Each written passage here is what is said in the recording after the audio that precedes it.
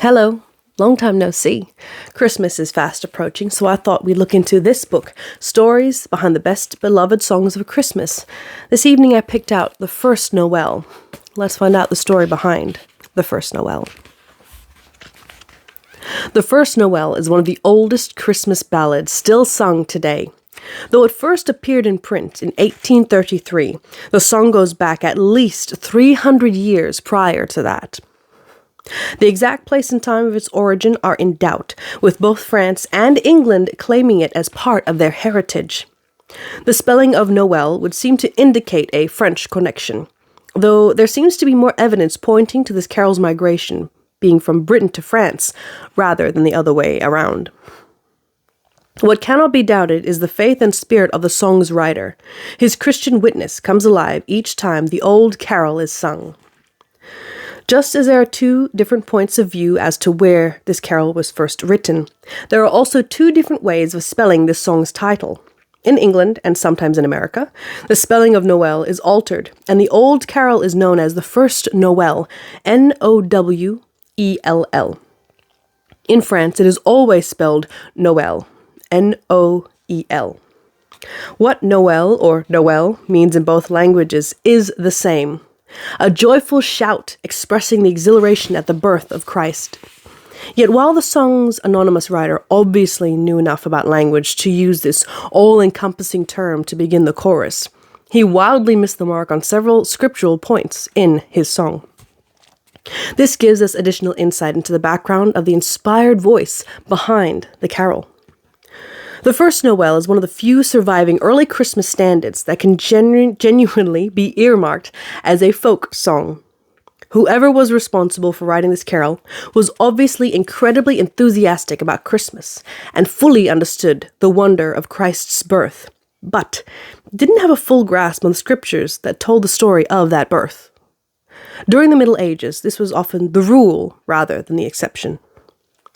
When the First Noel was written, there were very few Bibles in circulation.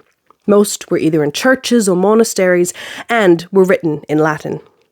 Common people rarely saw a Bible in person, and even if they would have, they probably wouldn't have been able to read the words in the sacred book, since most people living in those times were illiterate.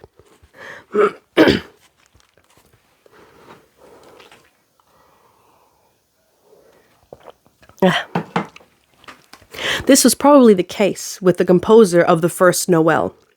With no ready Bible to guide him, the writer drew from the stories he had been told about the events of Christ's birth. Most he recounted accurately, but he erred when he depicted the shepherds following the star to Christ's birthplace. The Bible does not mention the star with the shepherds, only with the wise men. Another key element of this old hymn, the way in which the sentences are structured. It indicates that it was written by a man with no formal language training.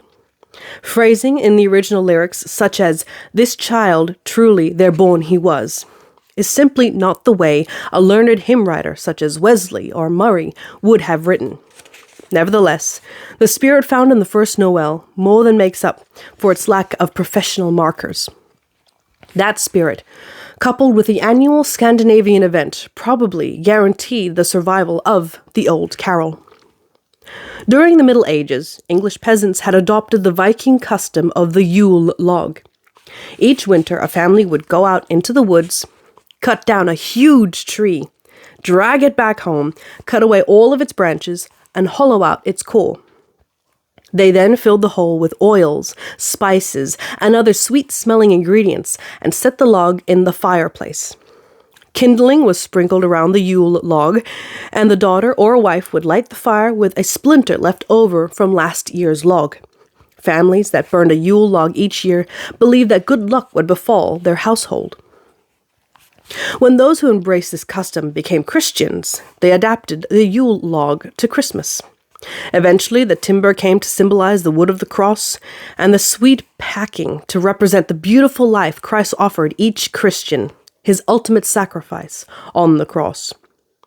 The log was brought to the home on Christmas Eve and was lit. It was hoped that the log would burn for the entire 12 days of Christmas, its embers dying January the 6th. The day the wise men arrived with their gifts for Jesus.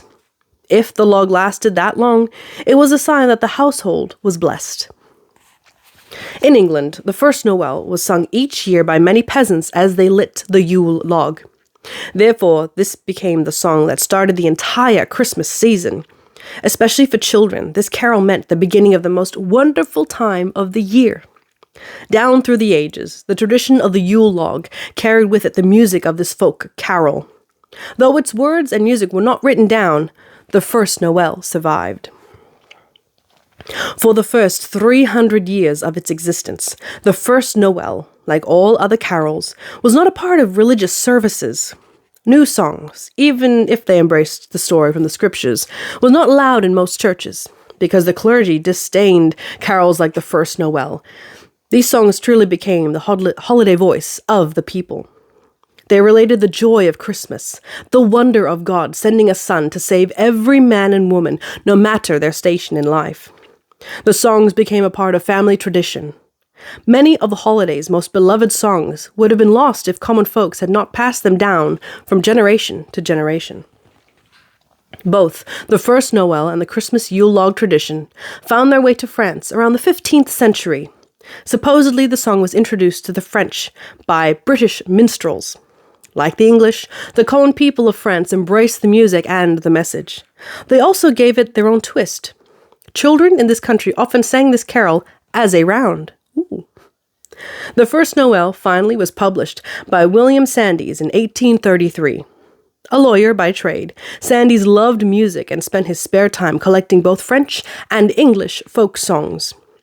In his book on the Christmas folk songs, he included the first Noel. Already a favorite with the peasant class, by the mid-1800s, when the Church of England began to use new songs during services, the first Noel found universal acclaim. Today, this song obviously inspired the story of the birth of the Savior, and probably written by a common illiterate man. It remains one of the most beloved carols of all time. Still, one must wonder why the first Noel has survived while thousands of other folk songs about Christmas, many of them better written, had been forgotten. Most likely because the writer brought a rare, jubilant spring to the song.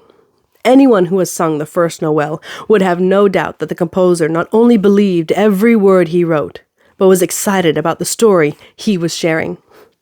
The first Noel, therefore, represents the real essence of Christmas, the one element that eludes so many during each holiday season, the announcement of Christ's arrival on earth.